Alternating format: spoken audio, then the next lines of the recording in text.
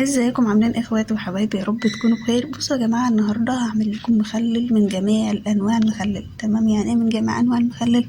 يعني لفت على فلفل على ليمون على جزر على قشر سفندي. قشر السفندي يا جماعه بيدي طعم جميل جدا للمخلل، وبيحافظ كمان على ريحته، بتفضل ريحته جميله جدا. تمام؟ معايا يا جماعه زي ما انتم شايفين الفلفل طبعا لقيته طويل شويه، فحبيت ان انا اقسم الواحده نصين.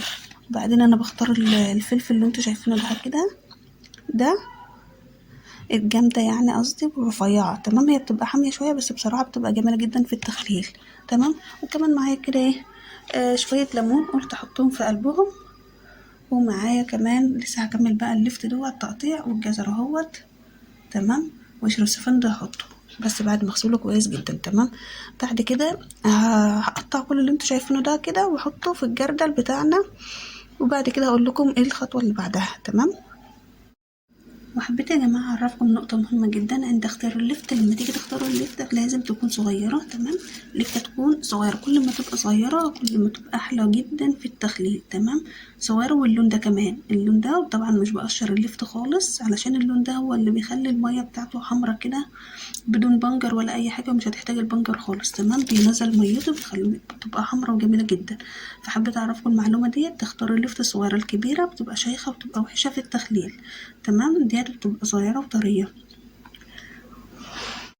خلصت بقى تقطيع يا جماعة، قطعت الجزر وقشر السفندي اهوت زي ما انتوا شايفين، غسلته كويس جدا. والليمون طبعا اللي انا كنت سلقاه حطيته على الوش، وطبعا اقلب كل اللي انتوا شايفينه. خلصت كمية اللفت اللي كانت معايا، وطبعا الفلفل وكله تمام. تمام؟ هعصر بقى ليمون اخضر عليه، 3 ليمونات او 4 يا جماعة من الليمون الاخضر. وتسيبي كمان القشر في قلبه كده.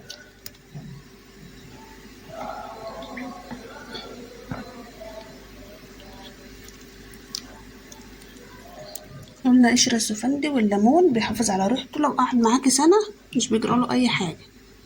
تمام؟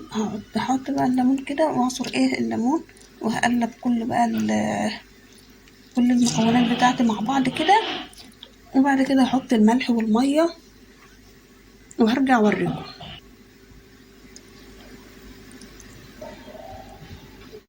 وزي ما انتوا شايفين كده حطيت بقى الملح وحطيت كمان المية. وزي ما انتوا شايفين هسيب بقى لمدة اسبوع وبقى افتح عليه اوريكم الشكل النهائي. بجد طريقة جميلة وان شاء الله تعجبكم جدا. ولأول مرة يشوف قناتنا ينزل يشترك فيها ويفعل الجرس عشان يوصله كل جديد. واللي يعجبه الفيديو يعمل لي لايك. باي باي.